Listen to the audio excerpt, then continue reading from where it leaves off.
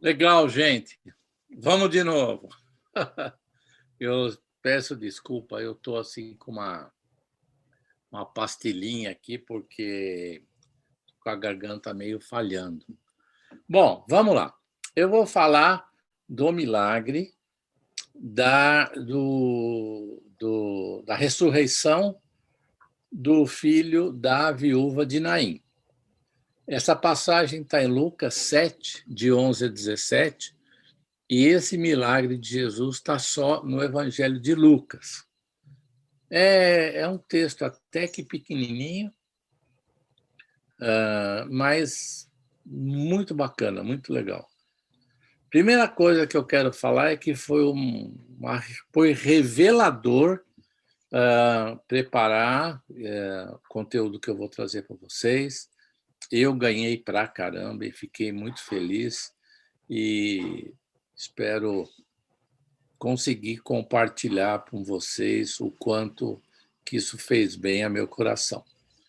Mas, Valdir, vamos colocar o texto, por favor, para a gente lembrar a história?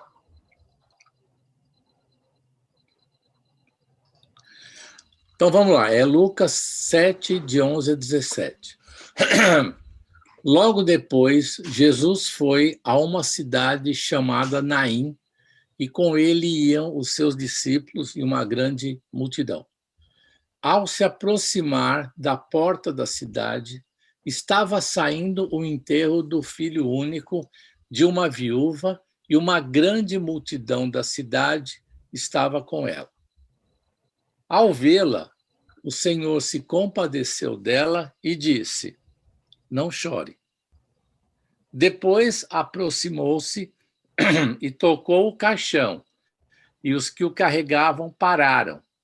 Jesus disse: jovem, eu lhe digo, levante-se. E ele se levantou, sentou-se e começou a conversar, e Jesus o entregou à sua mãe. Todos ficaram cheios de temor e louvaram a Deus. Um grande profeta se levantou entre nós, diziam eles. Deus interveio em favor do seu povo. Essas notícias sobre Jesus espalharam-se por toda a Judéia e regiões da circunvizinhança. Beleza. Obrigado, Vardico. Então, vamos lá. Vamos tentar. Eu vou tentar, e eu quero que vocês também imaginar a cena. Como é que foi essa cena? Como se fosse descrever um filme, tá? Então, Jesus estava em Cafarnaum e foi para Naim. Naim é 40 e tantos quilômetros. Cafarnaum é 40 e tantos quilômetros de Naim, então é um dia de caminhada legal. E Jesus saiu de Cafarnaum em direção a Naim.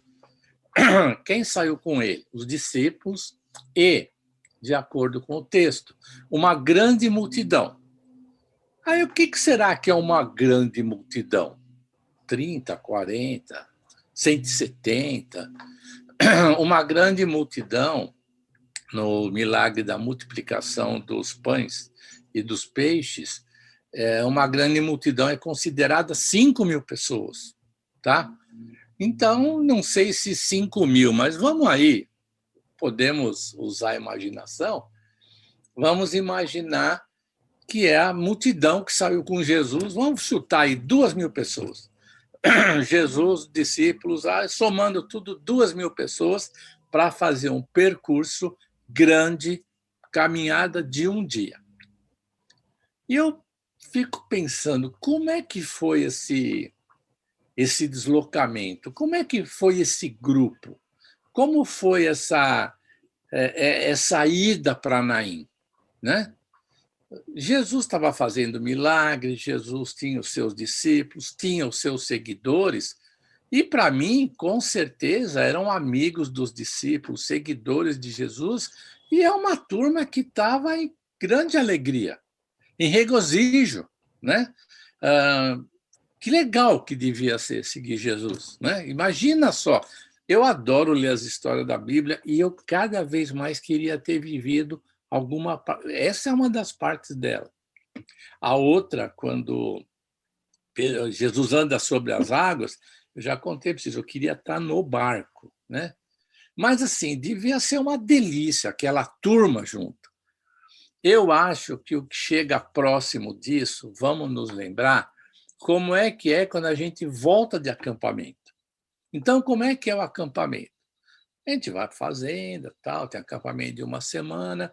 No final do acampamento é feito um convite para que as pessoas aceitem Jesus como Senhor e Salvador. As pessoas aceitam uma vida nova, aquilo enche de uma alegria, não é legal? E como é que a gente volta de acampamento? Em júbilo, muito alegre, muito feliz. Eu me lembro quando a gente faz umas paradas naqueles... Na época, os bares de estrada não eram o grau que é hoje, né? Eram bem sem vergonhinha, né? Mas a gente estava muito alegre, muito feliz. E eu acho, e se vocês me permitem imaginar, eu imagino que essa multidão, esses 2.000, sei lá quantas pessoas, estavam vindo para Naim nessa alegria. Aí diz o seguinte, que estavam chegando em Naim, não tinham chegado ainda. Ao se aproximar de Naim, vinha um enterro. Um enterro com um grupo de pessoas totalmente noutra vibe. Era um cortejo fúnebre, era um enterro. Tá? E, veja bem, era uma mulher viúva enterrando um filho jovem. É muita tristeza, é muita tristeza, né? Deve ser muito triste.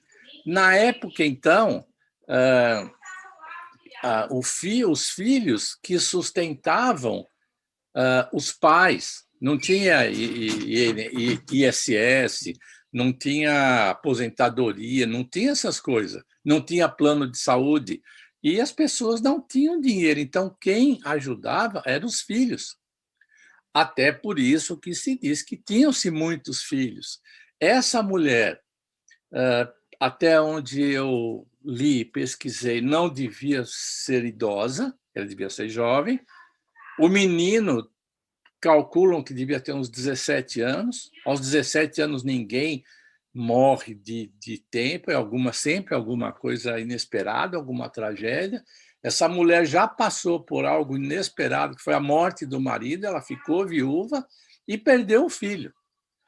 E Naim, na época, e existe até hoje, continua uma cidade muito pequena, o censo de 2011 de Naim não chega a ter 3.000 pessoas. Nós vamos supor que na época tinha 1.500 pessoas, tá?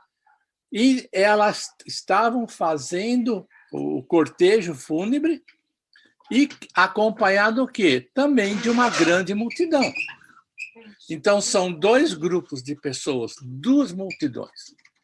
Uma em júbilo e outra no cúmulo da tristeza. Que contraste, né, gente? Que contraste, né? Uma condição de vida e uma condição de morte, de muita tristeza. E Jesus no meio. Então, somando os dois, vamos pôr aí, tinha, no mínimo, por baixo, 3.000 pessoas nessa cena, desses dois grupos. Aí eles se cruzam, para fora, as cidades elas eram cercadas de muro, né? E se enterravam os mortos. O cemitério era fora dos muros, fora da cidade, e se enterrava no mesmo dia que morria, porque o morto era uma coisa impura, de acordo com as tradições, né? Então, imagina, vamos montar a cena. Vem a multidão daqui, outra dali, aquele monte de gente, aquele rolo, e para. E o que está no texto? Jesus vê a viúva. Naqueles 3.000 pessoas, não sei lá quantas pessoas tinha, Jesus vê. Ele identifica quem que é a pessoa. Um grupo rindo, um grupo cantando, um grupo orando, um grupo em júbilo, o outro chorando. E Jesus olha para aquela mulher, né? Como será que foi esse olhar, né? que capacidade que Jesus tinha de entender as pessoas. E ele vê a pessoa. E o texto diz: ao vê-la, ele se compadeceu. Compadecer-se é uma palavra muito forte. A gente sabe o que é simpatia, a gente sabe o que é empatia, que é se colocar no lugar do outro. Mas compadecer é sofrer com o outro. É sofrer junto, não é entender o sofrimento, se colocar no lugar de quem sofre, é entender o outro. Às vezes, eu acho que todos nós aqui, mais de uma vez, já tivemos na situação de grande sofrimento. Já tivemos no fundo do poço. Eu já tive, mais de uma vez. Pode ser financeiramente, pode ser espiritualmente, pode ser profissionalmente, seja lá o que for. Eu já conheci o fundo do poço. E acho que você também. E quando a gente está no fundo do poço, tem pessoas que passam e falam assim: o cara está no fundo do poço. Tem pessoas que chegam no poço e falam: puxa vida, que duro que deve ser estar no fundo do poço. Mas tem pessoas, isso é o se compadecer, que desce para o fundo do poço, lá embaixo, no fundo do poço, e que te abraça e fala assim: cara, não deve estar fácil aí. Eu vim aqui para te dar um abraço e bora, vamos começar a subir. Sobe nas minhas costas que nós vamos sair daí. O compadecer-se é isso. Eu entendo que a grande coisa da vida cristã e o grande desafio da vida cristã é a compaixão. A gente pode pertencer a uma comunidade, a gente pode conhecer muito a Bíblia, pode ter uma vida de oração, podemos ser cristãos muito firmes, mas o exercício, a prática do Evangelho é a compaixão, é ver o outro, é sentir o outro e é agir pelo outro, que é o que Jesus fez. Eu quero mostrar para vocês, aliás, falar para vocês, tem uma música que canta na igreja e feita por um pastor, e tem uma letra que me pega muito e reflete muito disso. Ela diz assim, uma parte da letra: quando se entende que é para amar que nasceu, quando se sente o quanto a dor do outro lhe doeu, dispõe-se então de toda a vida, põe-se então a repartir com os seus, brota agora o coração de Deus. Coração que adora, ama. Coração que ama, serve. Mutualidade, reciprocidade. Diferente é o coração. A diferença é o coração. Então, para mim, a compaixão é isso, né? Brota o coração de Deus na compaixão, no amor. E foi essa compaixão que Jesus sentiu por aquela mulher. E o que mais, para mim, a partir daí fica tudo louco, porque é um negócio louco, né? Jesus sabia que ia ressuscitar o menino. Ele ia resolver o problema. Ele sabia, só ele sabia, né? Como quando ele ressuscita Lázaro, o que acontece antes? Ele chora. E dá vontade de falar assim, se estivesse lá: ô Jesus, o que está acontecendo? O que está acontecendo? Por quê? Tu não vai ressuscitar, você pode ressuscita o cara. Ele falou: tá bom, eu vou ressuscitar depois, mas agora eu vou chorar. Agora é hora de chorar. Então Jesus se compadeceu, porque é importante se compadecer, para mostrar para nós que nós não ressuscitamos as pessoas, mas temos que nos compadecer e agir por elas, né? Bom, depois Jesus falou para a mulher: não chore. Que loucura, né?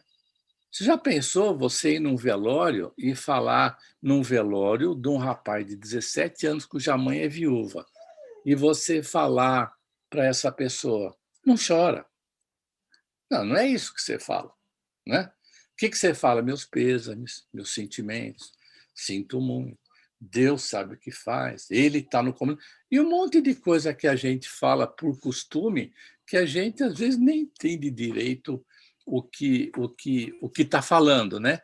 Mas Deus sabia, porque Deus nos vê, Deus se compadece de nós e nos reconhece no fundo do poço. E a primeira coisa, ele fala: não chore. Não chora por quê? Porque eu estou aqui. Porque eu estou com você. Mas Jesus, estou aqui na merda, Jesus. Eu também. Nossa, como é duro estar aqui, hein? Eu também. Estou com você. Então ele fala: não chore. E depois ele começa a agir. Primeiro, ele toca no caixão e tudo para, né? Talvez tenham parado porque era impuro fazer aquilo. Não se tocava, não era o caixão, era uma maca, né? O cara vinha embrulhado e tal, mas isso era um pecado, é impureza fazer isso, né? Mas Jesus faz questão de tocar no caixão e tudo para. Daí Jesus fala: jovem. Ele fala com o jovem. Então ele falou para a mãe: não chore, a mulher não há sofrimento. Daí ele fala para o morto: jovem. E eu acho que as multidões falaram, porque ele não tinha ressuscitado ninguém ainda.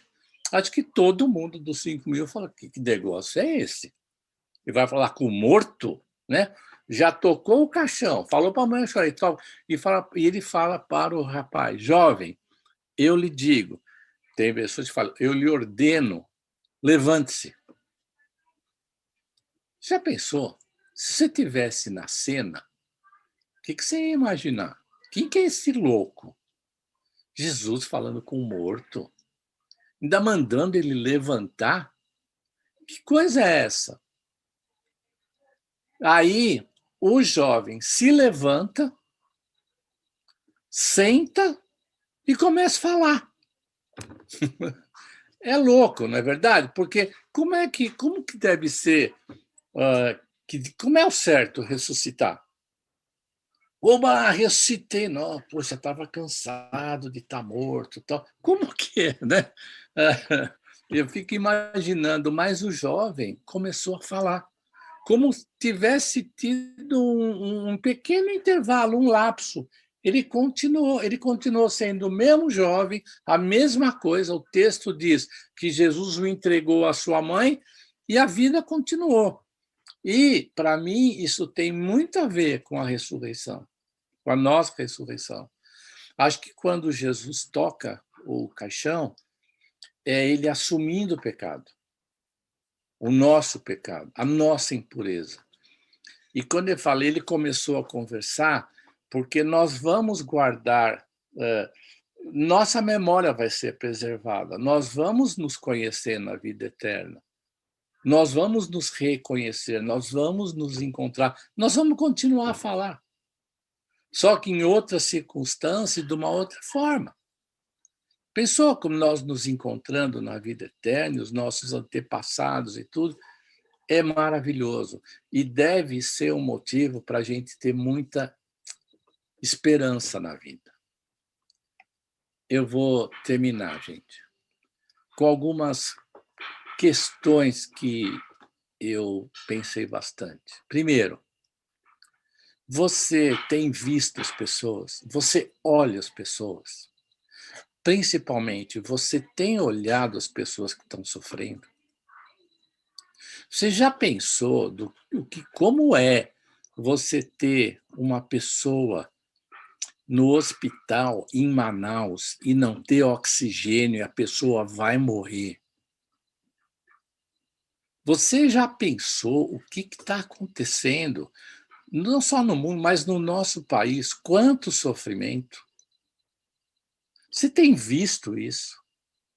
Você tem se compadecido ou nós estamos vivendo coração de pedra? O exercício do evangelho é o compadecimento, é o olhar o outro, é o amar o outro, que foi o que Jesus fez. muitas vezes, e nós estamos assistindo cortejos. O cortejo da direita, o da esquerda, o do Bolsonaro, do Petralha, e tudo isso, e estamos entrando num monte de conflitos, que não tem nada a ver com as decisões que nós tomamos, talvez no acampamento. Acho que a gente tem que ver, nós temos que compadecer. Você já foi no fundo do poço com alguém? Talvez você esteja no fundo do poço. Talvez aqui nesses nossos quadradinhos a gente tenha irmão no fundo do poço. Será que nós estamos prontos para descer lá? O que eu tenho visto é um cortejo de tristeza muito grande no mundo hoje, mas muito grande mesmo. Mas o cortejo que nós temos que seguir não é o cortejo dessa tristeza e da morte, é o cortejo da esperança. A esperança, por que esperança? Porque a palavra final não é da morte. A palavra final é da vida. A palavra final é da ressurreição de Cristo. A palavra final é da cruz. E por isso que a gente tem que cantar com muita emoção. Virá em breve o Rei dos Reis, vestido em glória, com todo o seu poder voltará. Meu Jesus voltará. Sim, ele voltará. E temos que repetir a palavra que tem em Coríntios, que Paulo fala: onde está, ó morte, a tua vitória? Onde está, ó morte, o seu aguilhão? Eu espero que Deus nos abençoe bastante, abençoe o nosso grupo e que a gente possa continuar seguindo os passos dele nesse cortejo de júbilo que Jesus vai na frente. É isso, Guilherme. Você pode orar para nós, Guilherme? Posso sim. Deus Pai, muito obrigado por esse dia, obrigado pelo privilégio de estar aqui ouvindo essas palavras, que eu tenho certeza são voltadas para nós, para que a gente possa, e eu peço para que o Senhor derrame também na gente, coragem para olhar para o poço e coragem para descer no fundo do poço, Deus. Porque não tem outro sentido a gente passar ao lado do poço pro resto da vida, né? Qual vai ser o que vai fazer isso de bem para mim? Então, que a gente possa ter essa empatia e buscar ajudar os outros, a gente estar disponível para isso. Em nome de Jesus, te agradeço pela reunião e por essas palavras, Senhor. Amém.